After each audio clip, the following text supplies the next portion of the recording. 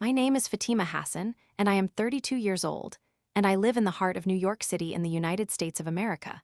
And my life used to be defined by the quiet rhythm of data analysis and the steady hum of the city outside my window. But everything changed on the 7th of October in the year 2024, when the world I knew seemed to shatter into a million pieces of glass and fire and digital noise. And I remember sitting in my small apartment in Brooklyn with the light of my computer screen reflecting off my glasses as the news started to pour in like a flood that no one could stop. And they said that 7,000 rockets had been launched in a single day from the Gaza Strip into Israel. And the numbers were so high they did not even seem real at first. Because how do you even imagine 7,000 explosions in 24 hours? And the stories followed the numbers. And they were stories of murder and stories of violence that made my stomach turn, and I watched the world react. And I watched the people online start to pick sides like they were cheering for sports teams, while real people were dying. And I felt this cold anger starting to grow at the base of my spine. Because I have always been a person who believes in the power of words and the power of truth, and I saw so much lying and so much hate spreading through the internet like a virus. And I realized that if they could launch 7,000 physical rockets to destroy lives, then I could launch 7,000 word rockets to fight back. For what I believed was the truth, and my world became a battlefield of pixels and text, and I started my journey in a place called the Israel-Palestine subreddit, because I thought that would be the best place to have a real conversation.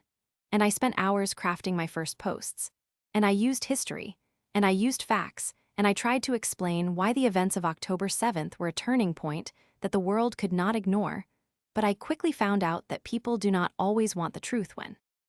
they have already decided what they want to believe, and the moderators of that subreddit did not like me one bit. Because at that time, the entire community felt like it was leaning in one direction, and that direction was not mine. And they called my words hateful even though I was just speaking from my heart, and they banned me from the group. And I remember staring at the screen when the notification popped up saying I was permanently barred from participating, and it felt like a door had been slammed in my face in the middle of a storm, and I was astray for a while after that, wandering through the different corners of the internet and trying to find a place where my word rockets could land. And I had other things to worry about too, because life in New York City does not stop just because you are fighting a digital war. And I had my work as a researcher for an environmental project where I spent my days looking at satellite images of the Earth and trying to find ways to protect the planet, and the white and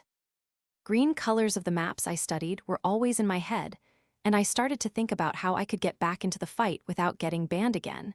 And I realized that if I wanted to change minds, I had to go where the minds were.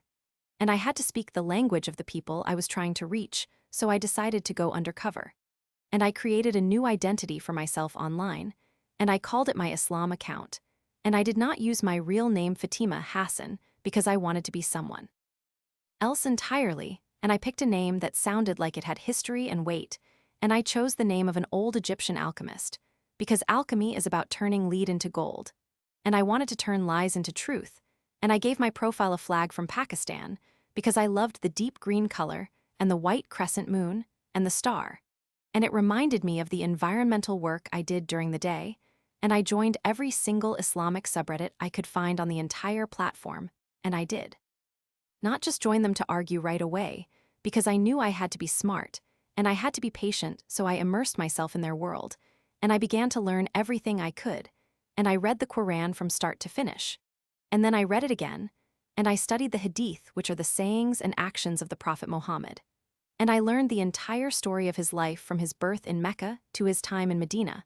And I learned about the battles he fought, like the Battle of Badr and the Battle of Uhud, and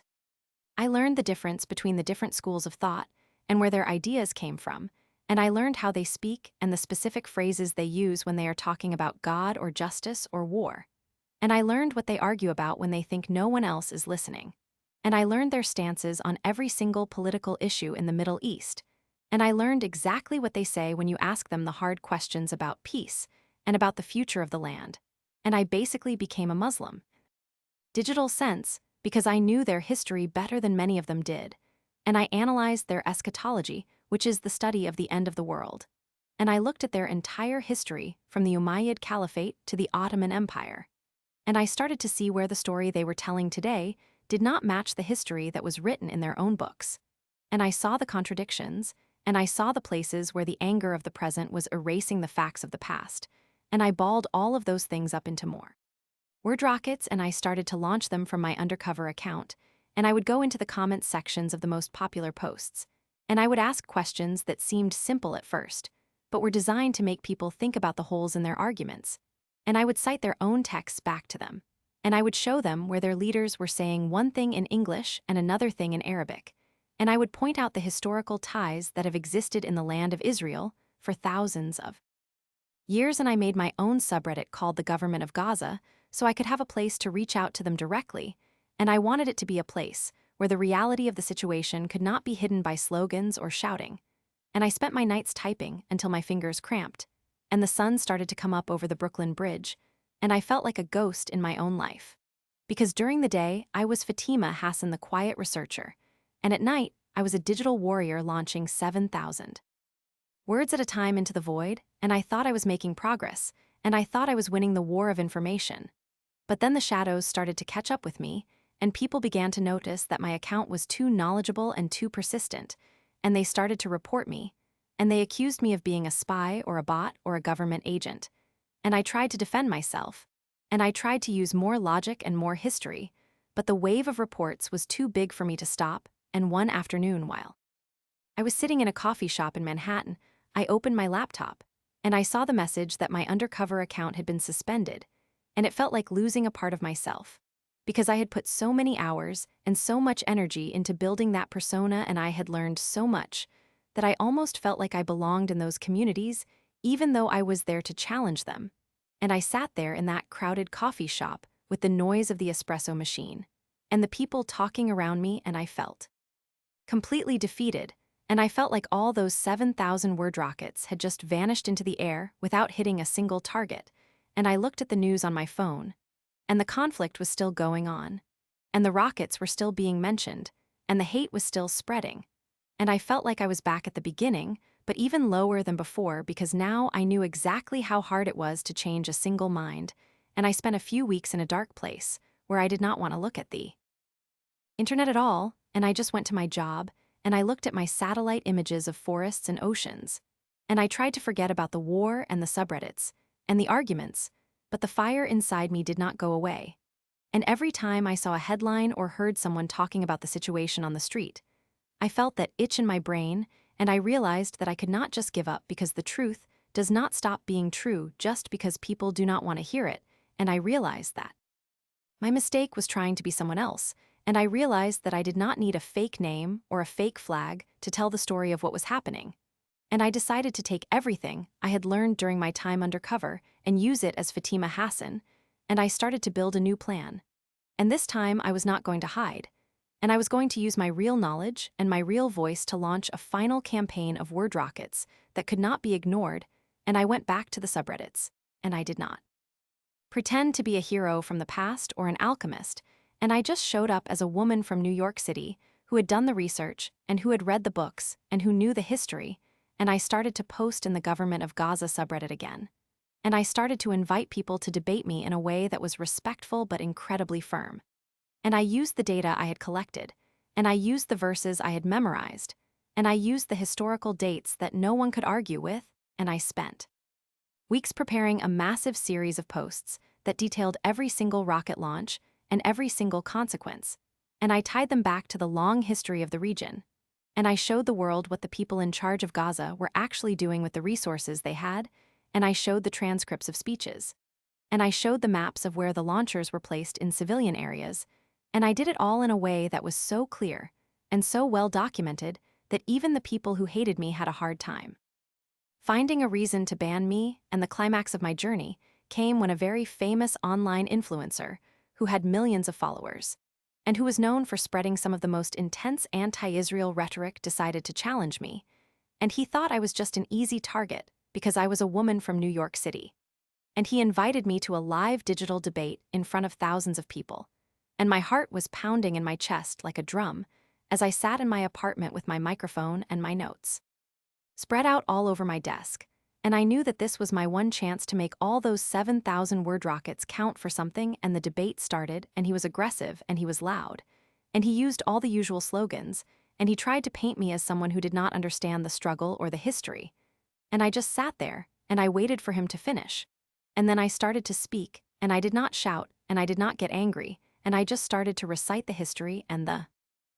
facts that I had spent months learning, and I talked about the specific hadiths that he was misusing to justify violence. And I quoted the early Islamic scholars who spoke about the importance of peace and treaties. And I showed the numbers of the rockets that had been fired since 2001, and I matched them with the dates of every failed peace negotiation. And I showed the people watching that the tragedy was not just a one-sided story. And as the hours went by, I could see his confidence starting to shake because he realized that he could not argue me on the facts, and he could not call me ignorant because I knew his own history better than he did. And the comments section of the live stream started to change, and people who had been attacking me at the start began to ask real questions, and they began to see that the world was more complicated than a 30-second video clip. And for the first time, I felt like my word rockets were actually hitting home, and they were breaking through the walls of noise and bias that had been built up for decades. Debate lasted for over 4 hours, and by the end of it, the influencer was quiet, and he had nothing left to say, and he ended the stream without even saying goodbye. But the impact was already made, and the recording of that debate started to spread across all the different subreddits. And it went to the groups I had been banned from, and it went to the groups I had joined undercover, and it went to news sites and blogs. And for a few days, it felt like the conversation had actually shifted just a little bit, and I had achieved my goal of launching my 7,000 word rockets back at the darkness. And the revenge I wanted was not a revenge of blood or fire, but a revenge of clarity and a revenge of truth. Because the people who want to destroy things hate nothing more than being understood and being explained in the light of day. And the consequence of my choice was not what I expected, because I did not become a famous hero, and I did not get a medal, and I actually lost a lot of friends in my real life who did not like that I was getting involved in such a messy and controversial topic, and they told me I should have just stayed quiet and stayed out of it, and they did not understand why I would spend so many nights losing sleep over people I would never meet in a land I had never visited, but I did not care, because I knew that I had done something that mattered, and my new normal is a bit lonely sometimes, but it is a life filled with purpose, and I still spend time on the government of Gaza subreddit, and I still launch word rockets whenever I see a lie being spread, but I do it with more wisdom now. And I do it knowing that the war of ideas is a long one, and it will not be won in a single day or with a single post. And I have changed from a quiet data researcher into someone who knows the weight of their own voice. And I have learned that the greatest weapon you can ever have is a mind that refuses to be lied to. And as I sit here now in my apartment in New York City looking out at the lights of the buildings and the bridges, I feel a sense of peace that I did not have before October 7th, because I know that I did not just sit by and watch the world burn. And I found a way to fight back that was true to who I am. And as a final twist, I recently received a message from someone who used to be one of my biggest enemies on those Islamic subreddits back when I was undercover. And they told me that they had watched my debate, and they had started to do their own research because of it, and they said that they had left the radical groups they were a part of, and they were trying to find a way to work for real peace instead of just more war. And that one message was worth more than all the rockets in the world. And it reminded me that you never really know where your words will land or whose heart they might change, and the 7,000 word rockets I launched were just the beginning, and I am not done yet. Because as long as there are people launching physical rockets, there will be a need for people like me to launch the truth right back at them. And my name is Fatima Hassan, and I am a warrior of words, and I am still standing here in the middle of the digital storm. And I am ready for whatever comes next, because the truth is the only thing that can never be destroyed by fire or time or hate. And I will keep typing, and I will keep speaking, and I will keep launching my word rockets until the world finally learns how to listen to something other than the sound of explosions. And the city of New York is loud and busy and full of life, and I am just one person among millions. But I know that even one person can make a difference if they have the courage to speak up when everyone else is shouting. And I am proud of the revenge I took, because it was a revenge that sought to build something better instead of just tearing something down. And the story of the rockets and the word rockets is far from over, but I am glad that I am a part of the chapters that are written in ink instead of blood. And I will continue to manage the government of Gaza subreddit, and I will continue to be a voice for the facts in a world that is drowning in fiction. And the green and white flag still reminds me of my environmental projects. But now it also reminds me of the search for a better future for every person on this planet, no matter where they live or what they believe, and I am 32 years old, and I have found my voice. And I will never let anyone take it away from me again, because the power of 7,000-word rockets is enough to change the world if you just have the patience to launch them one by one until the sky is full of light instead of smoke.